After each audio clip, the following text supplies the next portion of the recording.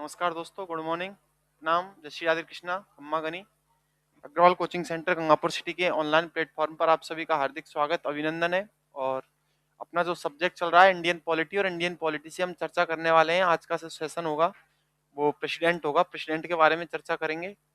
Indian president, भारतीय राष्ट्रपति, ये आपके एग्जाम में बहुत ज़्यादा इंपॉर्टेंट है ये टॉपिक।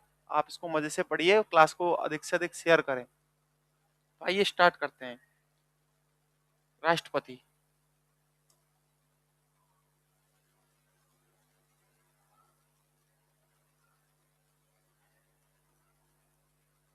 टॉपिक का नाम है भारतीय राष्ट्रपति। राष्ट्रपति, तो स्टार्ट करते हैं राष्ट्रपति के बारे में। संवैधानिक पदक्रम में सर्वोच्च स्थान राष्ट्रपति का होता है। संवैधानिक पदक्रम में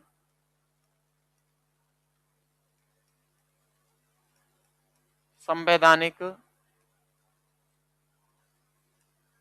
पदक्रम में सर्वोच्च स्थान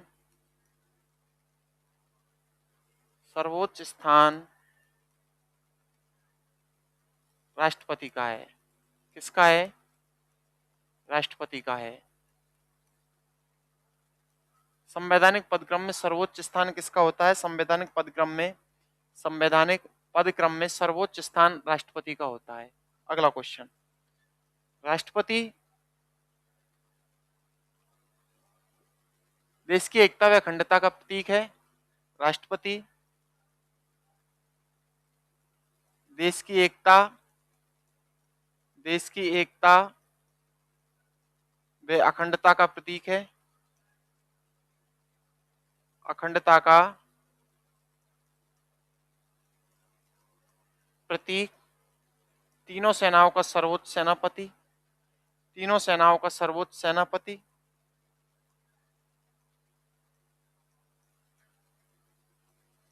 तीनों सेनाओं का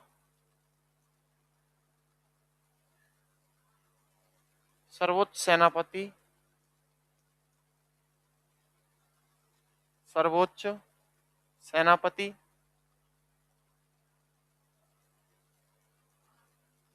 सेनापति। राष्ट्र का मुखिया। राष्ट्र का मुखिया व कार्यपालिका का संवैधानिक प्रधान होता है। कार्यपालिका का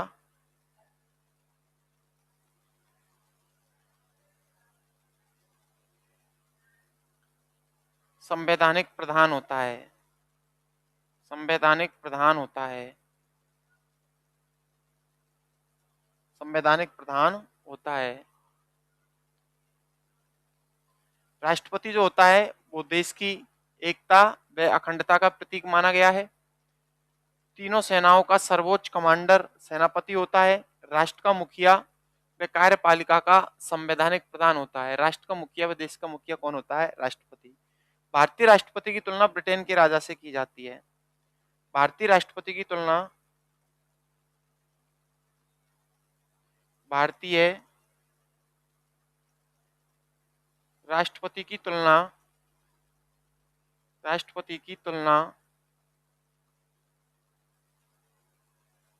ब्रिटेन के राजा से की जाती है। ब्रिटेन के राजा से की जाती है। राजा से की जाती है। भारतीय राष्ट्रपति की तुलना ब्रिटेन के राजा से की जाती है।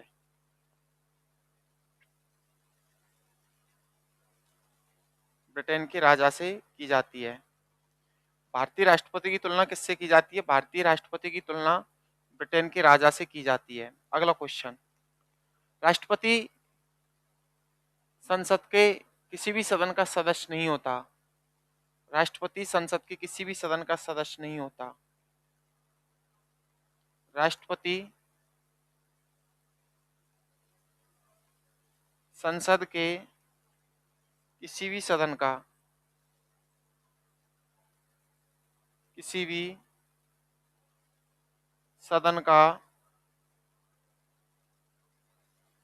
सदस्य नहीं होता।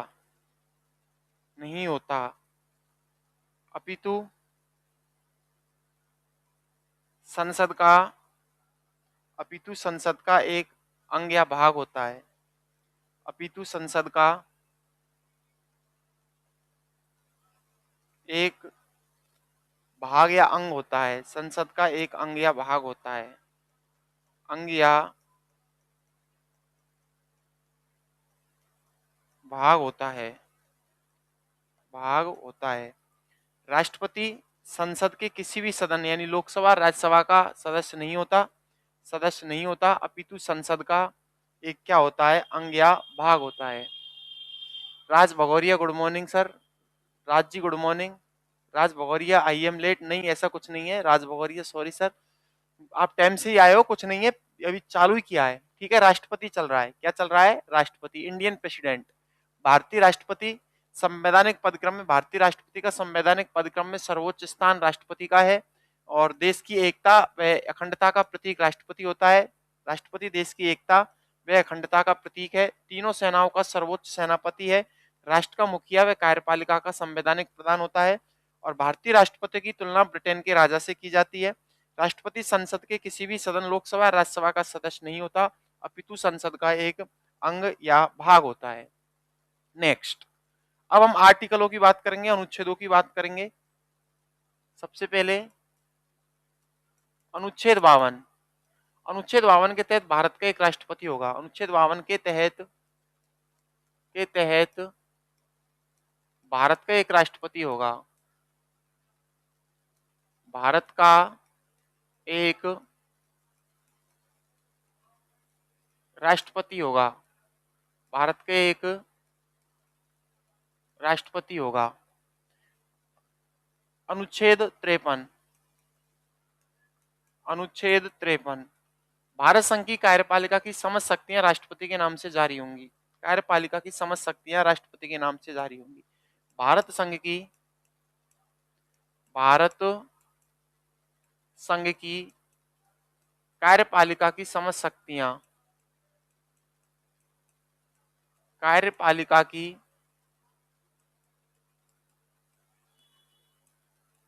समस्त शक्तियां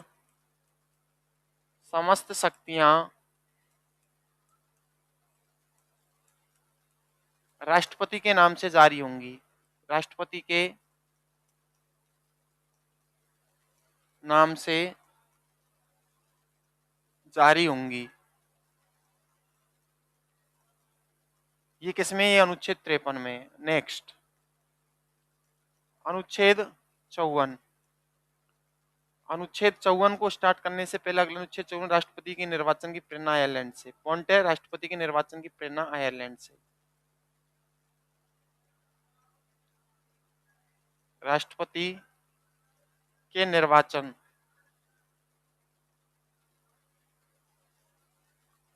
का उल्लेख है और निर्वाचन की प्रेरणा, राष्ट्रपति के निर्वाचन की प्रेरणा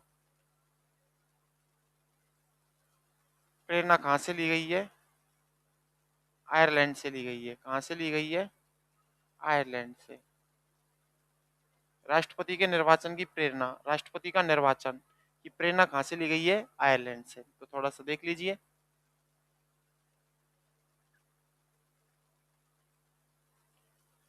अनुच्छेद 54 में क्या है, आर्टिकल 54। अनुच्छेद 54 में राष्ट्रपति के निर्वाचन का उल्लेख है। राष्ट्रपति के निर्वाचन का उल्लेख है। राष्ट्रपति के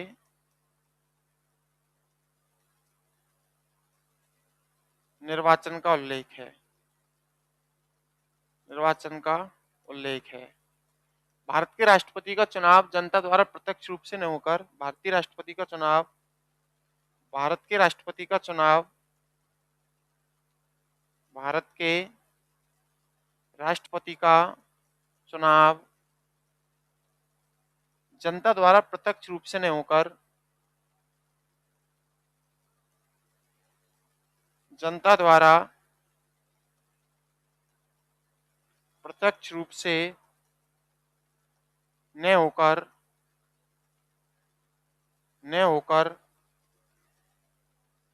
अप्रत्यक्ष रूप से अप्रत्यक्ष रूप से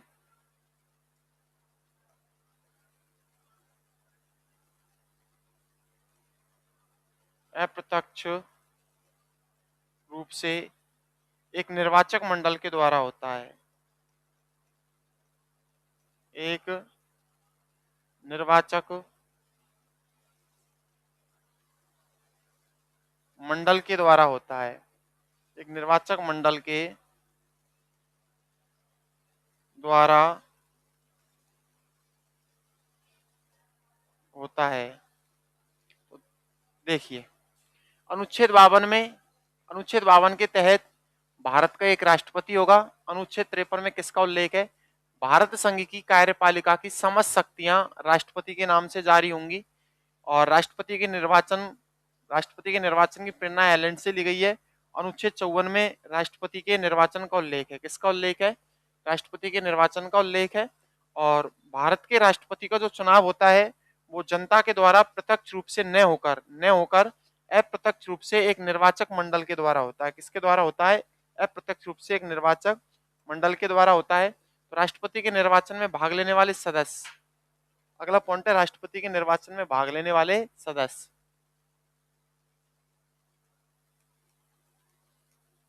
राष्ट्रपति के निर्वाचक मंडल में भाग लेने वाले सदस्य, भाग लेने वाले सदस्य, राष्ट्रपति के निर्वाचक मंडल में भाग लेने वाले सदस्य कौन कौन होते हैं? लोकसभा, राष्ट्रपति के निर्वाचक मंडल में भाग लेने वाले सदस्य,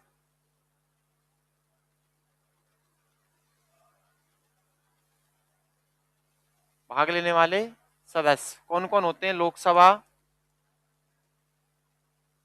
राज्यसभा,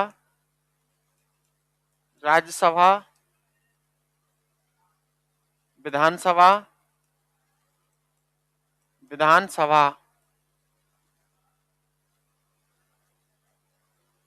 लोकसभा, राज्यसभा, विधानसभा। राष्ट्रपति के निर्वाचक मंडल में भाग लेने वाले निर्वाचित सदस्य, भाग लेने वाले सदस्य जिसमें लोकसभा, राज्यसभा, विधानसभा। और नोट के रूप में याद रखना है,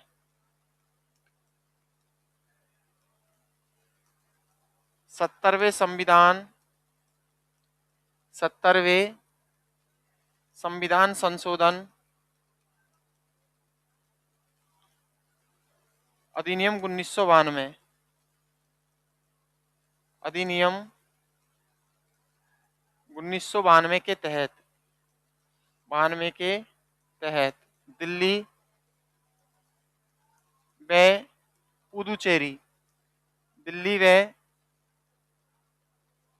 पुदुचेरी, विधानसभाओं के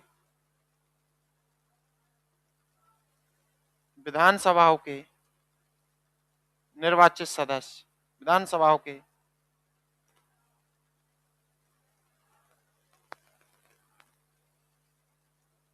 निर्वाचित सदस्य। ये थोड़ा सा देखिए क्वेश्चन क्या कह रहा है।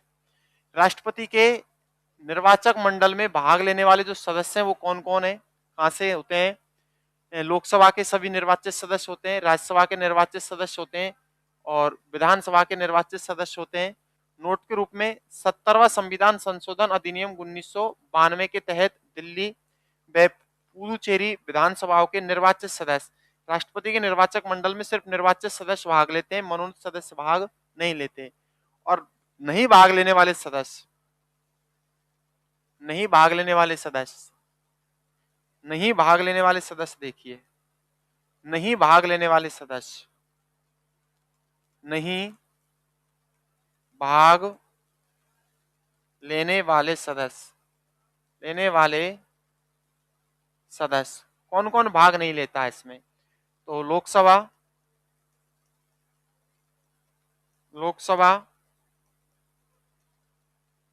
राज्यसभा, विधानसभा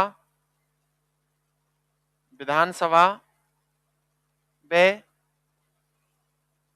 लोकसभा व विधान परिषद के सभी सदस्य, विधान परिषद के सभी सदस्य, सभी सदस्य नहीं भाग लेने वाले सदस्य, लोकसभा राज्यसभा विधानसभाओं के विधानसभा विधान परिषद के सभी सदस्य, विधानसभा के मनोनीत सदस्य, कौन से सदस्य? मनोनीत सदस्य, ये भाग नहीं लेते हैं, ये भाग नहीं लेते हैं। तो राष्ट्रपति के निर्वाचक मंडल में कौन तो भाग लेता है और कौन भाग नहीं लेता? राष्ट्रपति के निर्वाचक मंडल में भाग लेने वाले सदस्यों में लोकसभा, राज्यसभा, विधानसभा और 70वें संविधान संशोधन अधिनियम 1992 के तहत दिल्ली व पांडिचेरी विधानसभाओं के सभी निर्वाचित सदस्य भाग लेते हैं। और कौन भाग नहीं लेता? नहीं भाग लेने वाले सदस्यों में लोकसभा, राज्यसभा, विधानसभाओं के मनोनीत सदस्य और विधान परिषद के सभी सदस्य इसमें भाग नहीं लेते हैं, भाग नहीं लेते हैं। ठीक है, ये सारी डिटेल किसकी? अनुच्छेद 54 की है। राष्ट्रपति का निर्वाचन में स्थान रिक्त होने पर भी राष्ट्रपति के चुनाव हो सकते हैं, राष्ट्रपति के निर्वाचन में स्थान रिक्त होने पर भी चुनाव हो सकते हैं।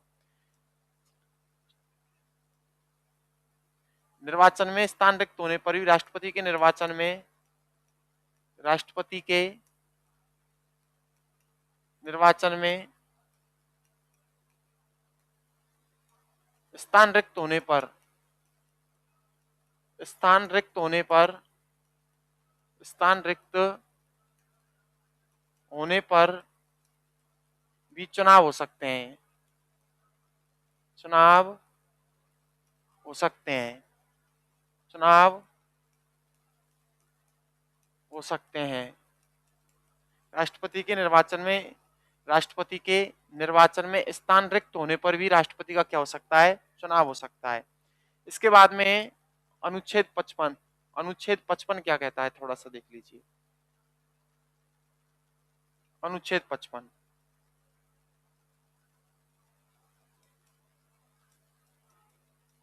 अनुच्छेद 55 में राष्ट्रपति के निर्वाचन की पद्धति या रीति का वर्णन है। राष्ट्रपति निर्वाचन की पद्धति, राष्ट्रपति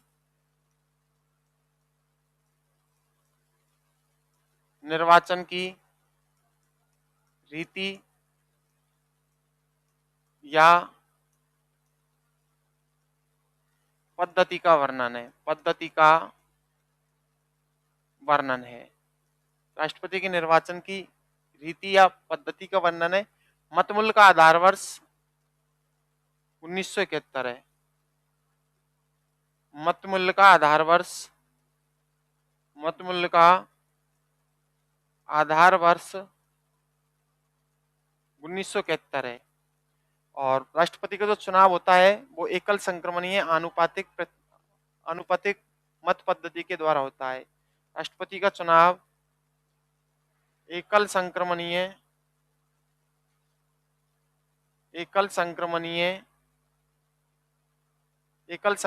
आनुपातिक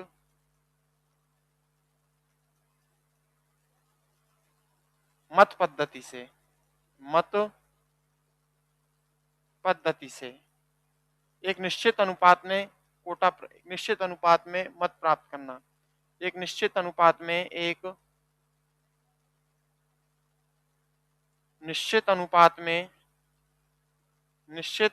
में मत प्राप्त करना होता है, मत प्राप्त करना होता है, मत प्राप्त करना होता है, मत प्राप्त करना होता है। यह अनुच्छेद 55 क्या कहता है? अनुच्छेद 55 में राष्ट्रपति के निर्वाचन की रीति या पद्धति का वर्णन है। और राष्ट्रपति के निर्वाचन को समझने के लिए एक ट्रिक है।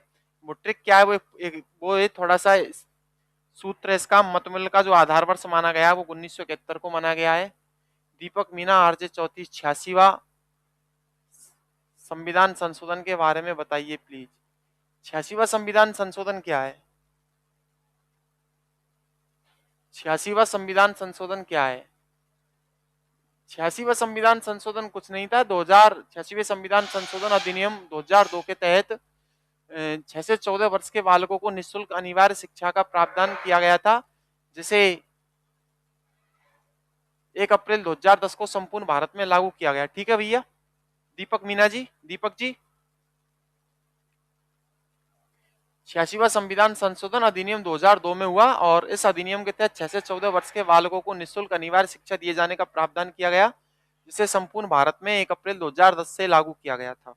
राइट टू एजुकेशन है ये। तो 55 को पढ़िए आप। अनुच्छेद 55 क्या कहता है? अनुच्छेद 55 में राष्ट्रपति के निर्वाचन की रीति पद्धति का वर्णन है। मतमूल्य का आधार वर्ष 1971 की जनसंख्या है। और सूत्र आपसे सीधे सीधे एग्जाम में पूछ लेगा, राष्ट्रपति का जो चुनाव होता है वो कैसे होता है? एकल संक्रमणीय आनुपातिक मत पद्धति के आधार पर होता है, यानी एक निश्चित अनुपात में मत प्राप्त करना होता है। एक निश्चित अनुपात में क्या प्राप्त करना होता है? मत। वैसे अनुच्छेद 55 बहुत बड़ा है, लेकिन मैंने इसको शॉर्ट कर दिया है ना।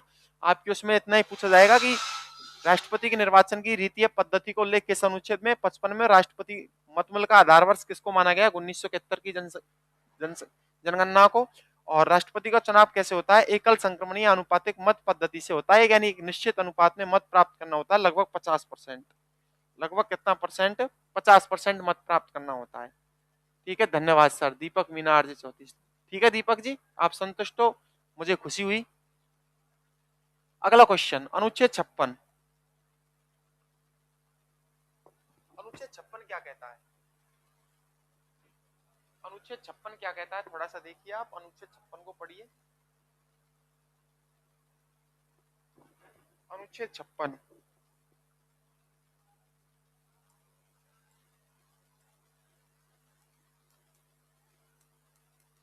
अनुच्छेद 56 में राष्ट्रपति की पदावधि का उल्लेख है। अनुच्छेद 56 में राष्ट्रपति की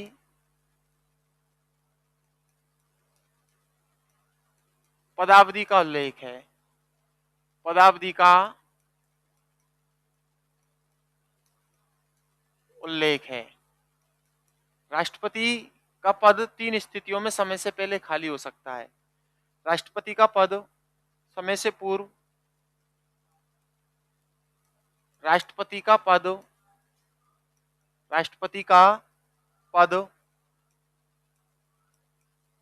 समय से पूर्व, समय से पूर्व 3 स्थितियों में, 3 स्थितियों में खाली हो सकता है। खाली हो सकता है। खाली हो सकता है। पहली स्थिति है मृत्यु, दूसरी उपराष्ट्रपति को त्यागपत्र, उपराष्ट्रपति को त्यागपत्र, और तीसरी स्थिति है अनुच्छेद 56 के तहत, 56 खंड ख के तहत, 56 खंड ख के तहत महाभियोग के आधार पर।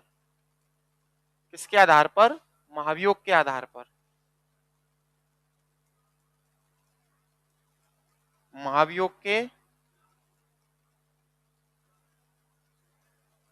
आधार पर। महाभियोग के आधार पर। अनुच्छेद 56 क्या कहता है? अनुच्छेद 56 में राष्ट्रपति की पदावधि का उल्लेख है। किसका उल्लेख है? पदावधि का। राष्ट्रपति का पद समय से पूर्व 3 स्थितियों में खाली हो सकता है। कितनी स्थितियों में खाली हो सकता है? 3 स्थितियों में खाली हो सकता है। पहली है अगर राष्ट्रपति की क्या हो गई है? मृत्यु हो गई है, और या फिर राष्ट्रपति ने उपराष्ट्रपति को क्या दे दिया है? त्यागपत्र दे दिया है, या फिर राष्ट्रपति के खिलाफ अनुच्छेद 56 खंड ख के तहत राष्ट्रपति पर क्या लगा दिया है? महाभियोग। तो इन 3 स्थितियों में राष्ट्रपति का पद समय से पहले क्या हो सकता है? खाली हो सकता है। सर SSC MTS का एग्जाम है, कुछ बता दीजिए लास्ट टाइम क्या पढ़ा जाए। अरे दीपक जी क्या बताऊं आपको, आप पेपर निकालो। ठीक है, यही है सबसे आसान तरीका एग्जाम को क्रैक करने का, कि जितना हो सके उतने पुराने पेपर निकालिए आप। यही है मेरे हिसाब से रामबाण औस्ती, पुराने पेपर निकालिए। अनुच्छेद 56 हो गया। अनुच्छेद 57 क्या कहता है, देखिए अनुच्छेद 57,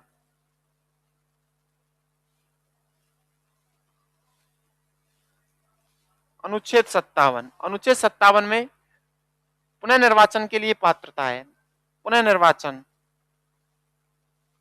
पुनः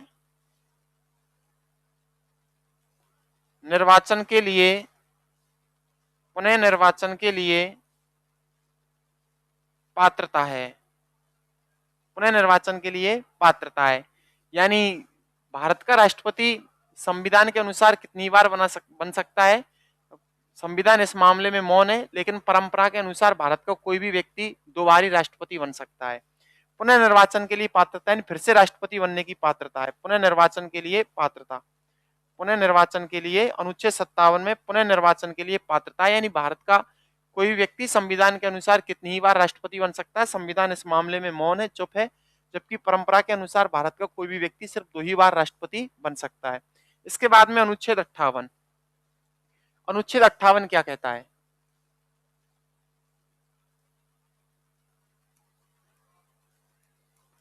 अनुच्छेद 58, अनुच्छेद 58 में राष्ट्रपति पद की योग्यताओं का वर्णन है। राष्ट्रपति पद की योग्यताएं, राष्ट्रपति पद की योग्यताओं का वर्णन है। योग्यताओं का वर्णन है, योग्यताओं का वर्णन है। राष्ट्रपति पद की योग्यताओं का वर्णन है, जैसे पहली योग्यता है वह भारत का नागरिक हो, वह भारत का नागरिक हो, यानी भारतीय मूल का हो, भारतीय मूल का हो, भारतीय मूल का हो, वह भारत का नागरिक हो। दूसरी योग्यता है 35 वर्ष की आयु पूर्ण कर चुका हो, 35 वर्ष की आयु, 35 वर्ष की आयु पूर्ण कर चुका हो, पूर्ण कर चुका हो, 35 वर्ष की आयु पूर्ण कर चुका हो। लाभ के पद पर कार्यरत नहीं हो, लाभ के पद पर कार्यरत नहीं हो, कार्यरत नहीं हो, नहीं हो, यानी सरकारी नौकरी में नहीं होना चाहिए, राज्यपाल वगैरह मंत्री वगैरह नहीं होना चाहिए। चौथी है, चौथी योग्यता है, पहली है भारत का नागरिक हो, दूसरी है 35 वर्ष की आयु पूर्ण कर चुका हो, तीसरी है लाभ के पद पर कार्यरत नहीं हो, चौथी है लोकसभा का सदस्य बनने की योग्यता रखता हो, लोकसभा का सदस्य बनने की योग्यता रखता हो, लोकसभा का सदस्य बनने की, लोकसभा का सदस्य बनने की योग्यता रखता हो, योग्यता रखता हो। निर्वाचन, किसी निर्वाचन सूची में, मतदाता सूची में उसका नाम हो, निर्वाचन सूची में नाम हो, निर्वाचन सूची में नाम हो, निर्वाचन सूची में नाम हो, निर्वाचन सूची में नाम हो, यानी मतदाता सूची में नाम होना चाहिए। ठीक है। और लास्ट योग्यता, लास्ट योग्यता है पांचवी, पांचवी योग्यता मानसिक रूप से पागल व आर्थिक दृष्टि से दिवालिया नहीं हो। मानसिक रूप से पागल व आर्थिक दृष्टि से क्या नहीं होना चाहिए, दिवालिया।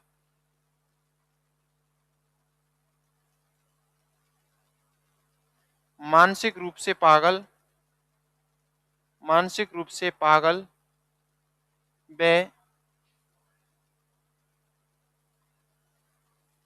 आर्थिक दृष्टि से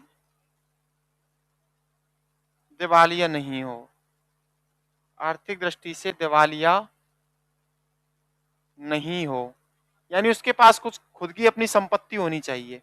ये सारी डिटेल किसकी है, ये अनुच्छेद 58 की। अनुच्छेद 58 में राष्ट्रपति पद की योग्यताओं का वर्णन है। पहली योग्यता है वह भारत का नागरिक हो, यानी भारतीय मूल का हो। दूसरी योग्यता है 35 वर्ष की आयु पूर्ण कर चुका हो। तीसरी योग्यता है लाभ के पद पर कार्यरत नहीं हो, यानी सरकारी सेवा में नहीं होना चाहिए, नहीं राज्यपाल मंत्री के पद पर होना चाहिए।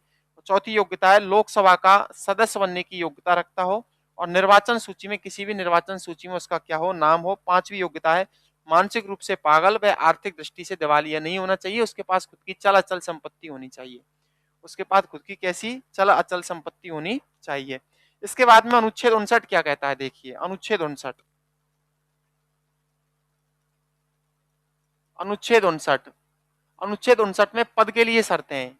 राष्ट्रपति पद के लिए शर्तें, राष्ट्रपति पद के लिए शर्तें, पद के लिए शर्तें कौन कौन सी शर्तें हैं?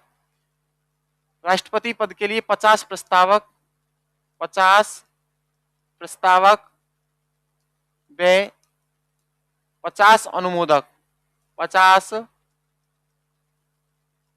अनुमोदक की आवश्यकता होती है, की आवश्यकता होती है।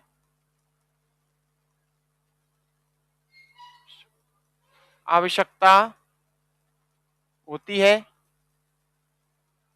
15,000 रुपए जमानत राशि की आवश्यकता होती है। 15,000 रुपए जमानत राशि की आवश्यकता होती है। जमानत राशि की आवश्यकता होती है। राष्ट्रपति पद का उम्मीदवार अपना नामांकन, अपना नामांकन, नामांकन लोकसभा के महासचिव को जमा कराता है। लोकसभा के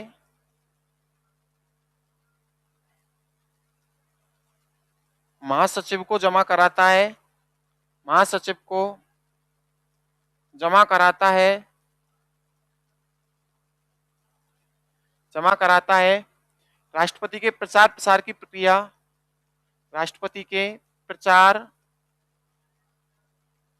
प्रसार की प्रक्रिया 14 दिन तक चलती है। कितने दिन तक चलती है? 14 दिन तक चलती है, 14 दिन तक चलती है।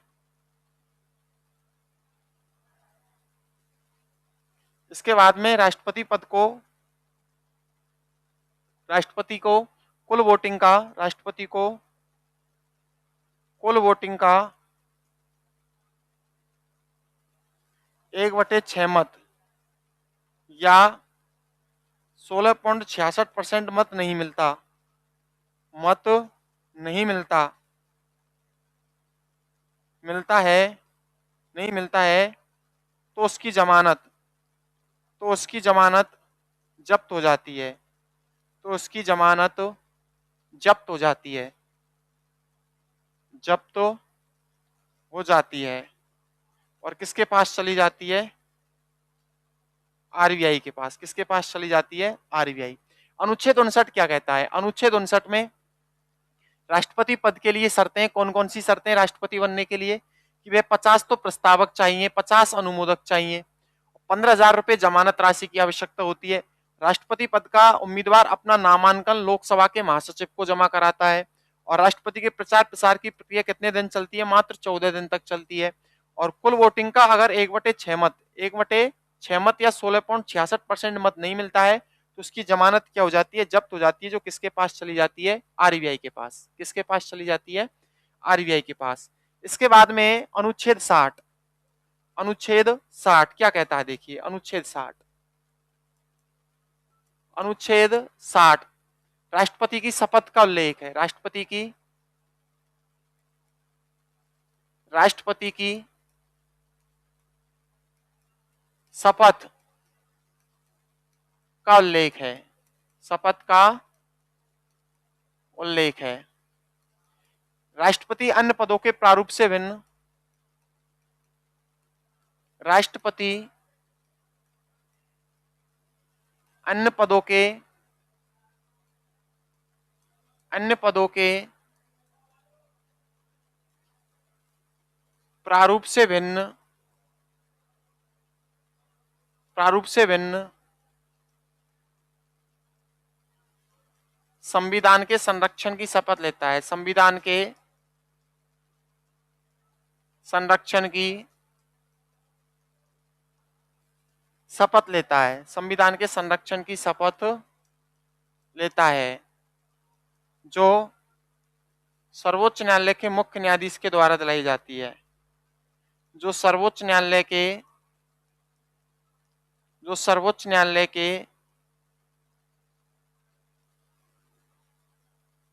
मुख्य न्यायाधीश द्वारा दिलाई जाती है, सर्वोच्च न्यायालय के मुख्य न्यायाधीश द्वारा दिलाई जाती है, दिलाई जाती है। इसकी अनुपस्थिति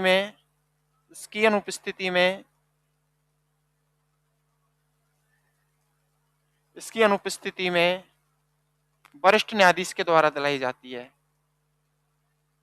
वरिष्ठ न्यायाधीश के द्वारा दिलाई जाती है, दिलाई जाती है। ठीक है। और अनुच्छेद 61 में महाभियोग प्रक्रिया का उल्लेख है, अनुच्छेद 62, अनुच्छेद 71 अभी जो कुछ रह रहा है उसको अगली क्लास में पढ़ेंगे, क्योंकि क्लास का मेरी ऑफलाइन क्लास का टाइम हो रहा है। तो अनुच्छेद 60 में किसका उल्लेख है? राष्ट्रपति की शपथ का उल्लेख है। राष्ट्रपति अन्य पदों के प्रारूप से भिन्न संविधान के संरक्षण की शपथ लेता है, जो सर्वोच्च न्यायालय के मुख्य न्यायाधीश द्वारा दिलाई जाती है और इसकी अनुपस्थिति में वरिष्ठ न्यायाधीश के द्वारा दिलाई जाती है।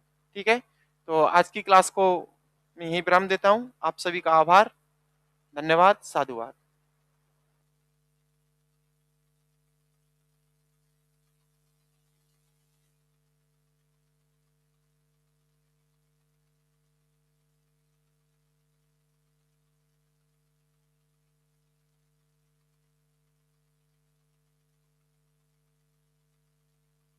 किसी की लाइव नहीं है, कोई टीचर लेता ही नहीं है लाइव, वो तो मेरी लाइव चल रही है। आप शेयर किया करो इसको। ठीक है, तो पढ़ो आप।